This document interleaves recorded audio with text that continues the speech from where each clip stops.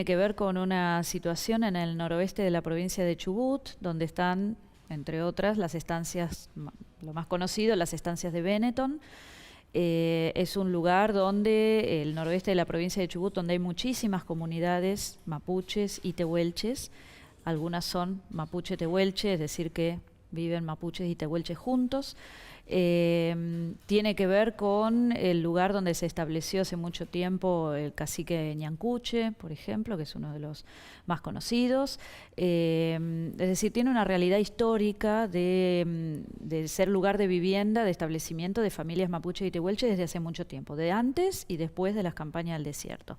Lo que ocurre después de la campaña del desierto es que gran parte de esa tierra se remata, casi 1 millón de hectáreas, van a ser compradas por una compañía inglesa, que es la Compañía de Tierras del Sur, que lo que hacen es poner ovejas, ¿no? Sigue siendo igual hoy en día, sobre todo para la cría de ovejas. Entonces, ese lugar lo pierden los mapuche y los tehuelche, y luego, durante el siglo XX, en las últimas décadas, lo compró la compañía Benetton, ¿no? Se lo compra a esta compañía inglesa. En el momento en que se establece esa compañía inglesa ya venía, digamos, fallido la venta, ya fue, porque ya había leyes que prohibían, a partir de 1890, había legislación que trataba de impedir el latifundio. Entonces se prohibía, sobre todo, que compañías extranjeras pudieran comprar lotes pegados, ¿no?, de más de tantas hectáreas. Sin embargo, bueno, acá se las arreglaron para hacer la compra, y esa compra, además, todas esas compras de tierras ganadas en la campaña del desierto pasaban a través de la inmobiliaria de Adolfo Bullrich, que atendía desde sus oficinas, que son lo que hoy es el Patio Bullrich, ¿no? Pequeñas oficinas tenía. Entonces, bueno, estas ventas sirvieron para la expulsión de los mapuche y de los tehuelche de esos lugares, de los tehuelche también, porque hay gente que piensa, se da a creer esto, ¿no?, que los tehuelche serían anteriores y que después los mapuche y los tehuelche coexisten al mismo tiempo y siguen coexistiendo al día de hoy en los mismos territorios. Y también sirvió para el enriquecimiento de familias, ¿no?, que también existen hoy en día.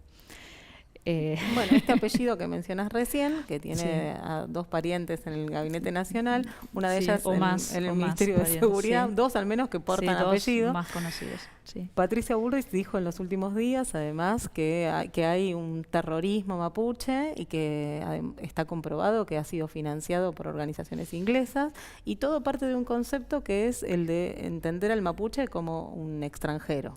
¿Qué le contestamos a esto? Bueno, hay una cuestión, primero, como que se hizo tradicional, un relato tradicional en el nacionalismo argentino, que es la del mapuche extranjero, ¿no? Y se repite hasta el cansancio que los mapuches en realidad no son originarios del territorio. Bueno, eso no es cierto. Hay muchísimas crónicas y documentos de sacerdotes, comerciantes, militares, argentinos y extranjeros que recorrían la Patagonia y que contaban con quienes se iban encontrando, y se iban encontrando con los loncos, con los caciques mapuches y tehuelches que estaban habitando la Patagonia. Es decir, no es cierto que vienen de Chile. Lo que sí hay es una presencia, tanto en Chile como en Argentina, de población mapuche, que en Chile es más abundante. Porque lo que sucedió con las campañas al desierto es que tuvieron como distintas políticas. La campaña al desierto en Argentina tendió a expulsar, y muchas familias argentinas, digamos, familias mapuches que residían en Argentina, o en lo que luego iba a ser Argentina, porque en ese momento no era, se escapan y se establecen en Chile. Y luego, cuando todo se pacifica, y que además en Chile hacen su propia campaña también, lo que se llamó pacificación de la Araucanía, vuelven, o porque años después, bueno, no les va bien, o porque quieren volver a su lugar de origen, porque extrañan sus lugares de origen, vuelven. Entonces, en el momento que vuelven, se dice, ven, su abuelo es de Chile, su abuelo es chileno, ¿no? En realidad tiene que ver con esto, ¿no?, con las familias que fueron desplazadas a Chile y después vuelven. Y aparte, bueno, en términos de densidad demográfica, es mucho más, digamos, incide mucho más la población mapuche en Chile que en Argentina. Allá son más, ¿no? Y además se han conservado las comunidades, ¿no?, más ancestrales, mientras que como la política, ya te digo, del lado argentino fue vaciar el territorio. Entonces, las pocas comunidades a las que se les otorgó algún espacio de tierra fue siempre o casi siempre en lugares que no eran los propios. Los mandaron más al oeste o más al sur porque la idea era despejar todo el terreno que fuera apto para la agricultura y para la ganadería, dejarlo vacío. Y entonces a ellos los fueron corriendo hacia el oeste y hacia el sur. Entonces vos tenés que a los que tradicionalmente vivían en la zona que hoy es, no sé, Neuquén al norte, los mandaron a Río Negro. Los que vivían en Río Negro los van mandando a Chubut y así, ¿no? Entonces, bueno, lo que consigue es un desplazamiento y en cambio en Chile por ahí se conservó más la idea de reducir, porque también los expropiaron terriblemente del territorio, pero les asignaron ciertos espacios que por supuesto quedaron chicos, ahora hay un conflicto enorme, pero conservaron, digamos, comunidades en el territorio, ¿no? No es lo mismo que pasó en el lado argentino. Entonces eso repercute, ¿no? O se reinterpreta como que los mapuches son chilenos, y no es eso. Además, en el momento en que se producen las campañas al desierto, todavía la frontera ni siquiera estaba establecida. La frontera se establece ya muy a fines del siglo XIX, y lo cierto es que tanto mapuches como tehuelche, porque con los tehuelche pasa lo mismo, o sea, es menos difundido esto, pero los tehuelche también pasaban del lado chileno y nacían del lado chileno también, ¿no? Iban y venían, y lo cierto es que son familias que tienen representantes a ambos lados de la cordillera, y la cordillera no era una frontera, sino que al contrario, es el lugar donde están las fuentes de agua, donde están las fuentes de recursos, es el lugar que más, digamos, se explotaba económicamente, es el lugar donde vivían, y es un lugar de encuentro, no es un lugar de separación de familias, ¿no? Entonces, no tenía sentido establecer una frontera y decir, bueno, estos son chilenos y estos son argentinos. Eso es una lectura posterior cuando se establece la frontera y quedan divididos por la mitad, como pasó, digamos, en otros territorios coloniales, como ha pasado en África, donde los estados se establecen dividiendo por la mitad antiguas etnias y después tenés los conflictos que tenés. No, y además de hacer insistencia en esta idea de que son extranjeros, se hace insistencia en sus metodologías violentas. Sí. Que y además en tales. una alianza con un poder extranjero, el que se representa como enemigo de la Argentina, ¿no? Entonces, nada menos que los ingleses estarían apoyando, que yo digo, una cuestión de sentido común, si los estuvieran apoyando los ingleses, hay otros que dicen que los apoyan la FARC, que los apoya la ETA, que los apoyan, no sé, capitales bélicos, y uno ve que cada vez que la gendarmería quiere entrar o la policía entra y están bastante indefensos, ¿no? Uno ve que hacen lo que quieren las fuerzas de seguridad cuando entran en las comunidades. ¿Dónde está el arsenal bélico inglés, chileno, de la ETA, de la FARC? ¿Dónde están, no? Que no lo estamos viendo. Y en realidad esto que reflotó la ministra no es un trabajo de inteligencia que hayan hecho, sino que, bueno, es una cuestión que surgió en algún momento, que alguien subió a internet y que se repite en páginas de internet de difusión.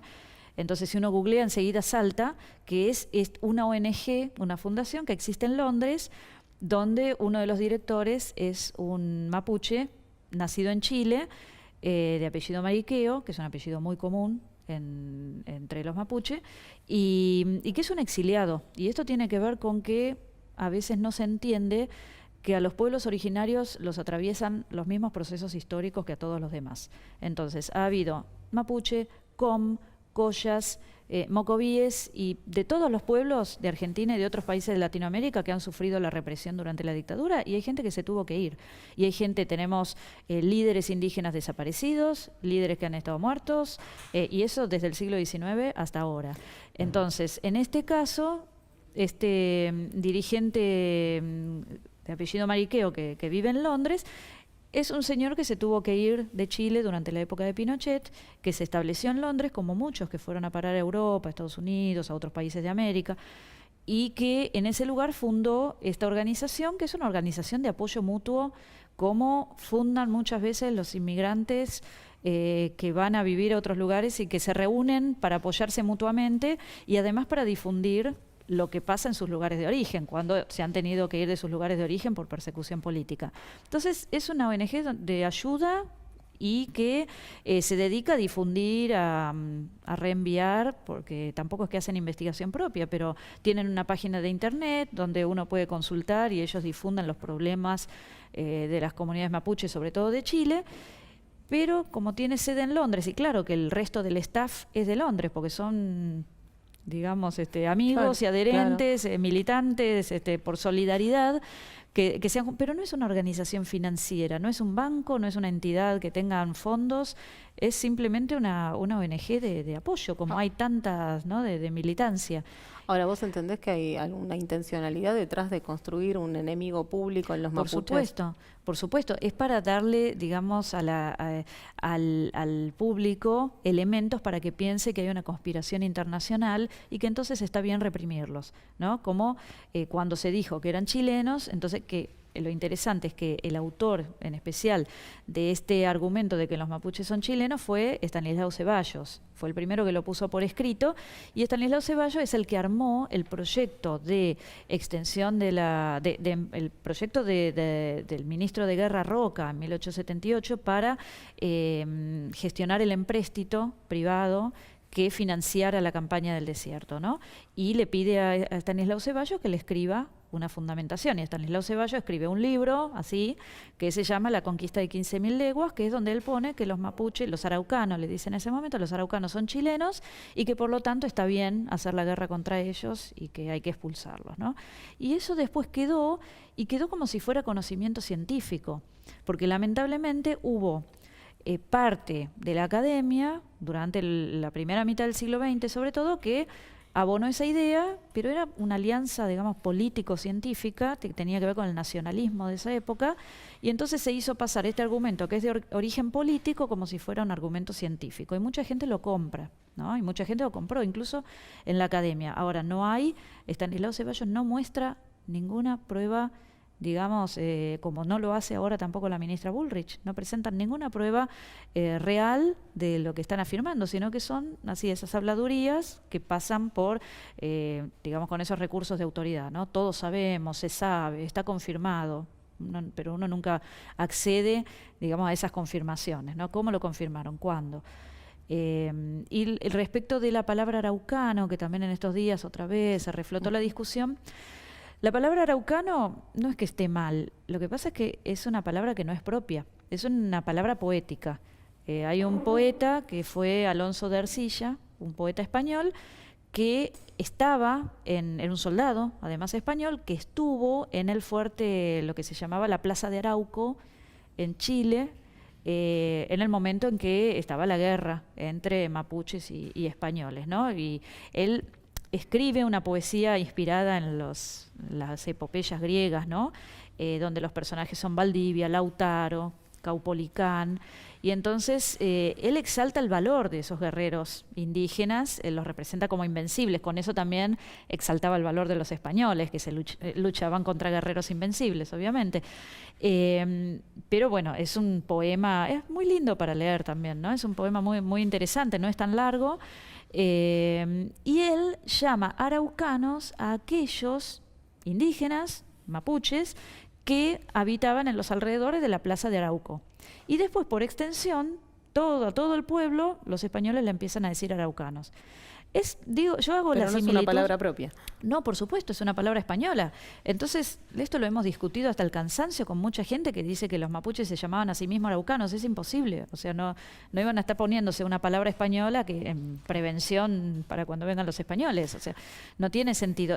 Yo digo que es similar el proceso a lo que pasa con la Argentina. No nos llamamos argentinos siempre. Está el poema de Del Barco Centenera, que habla de la Argentina, porque Argentina viene de Argentum, que es la plata en latín. Claro. Entonces está el Río de la Plata, estaba el camino que hacían los españoles para buscar la plata, entonces esto era el camino de la Argentina. Y después lo que eran las Provincias Unidas del Río de la Plata se empezó a llamar Argentina, pero no podemos suponer que toda una población ancestral, anterior, fueran a llamarse argentinos. Está bueno que uno tenga como nación un nombre poético, pero hay que saber, digamos, de dónde viene, y además hay que saber si uno accede. Acá hubo un consenso en que dejáramos de ser las Provincias Unidas del Río de la Plata y nos llamemos argentinos. En algún momento se decidió, pero los mapuches no aceptaron ese cambio de nombre y hay que respetar los nombres que se da cada uno.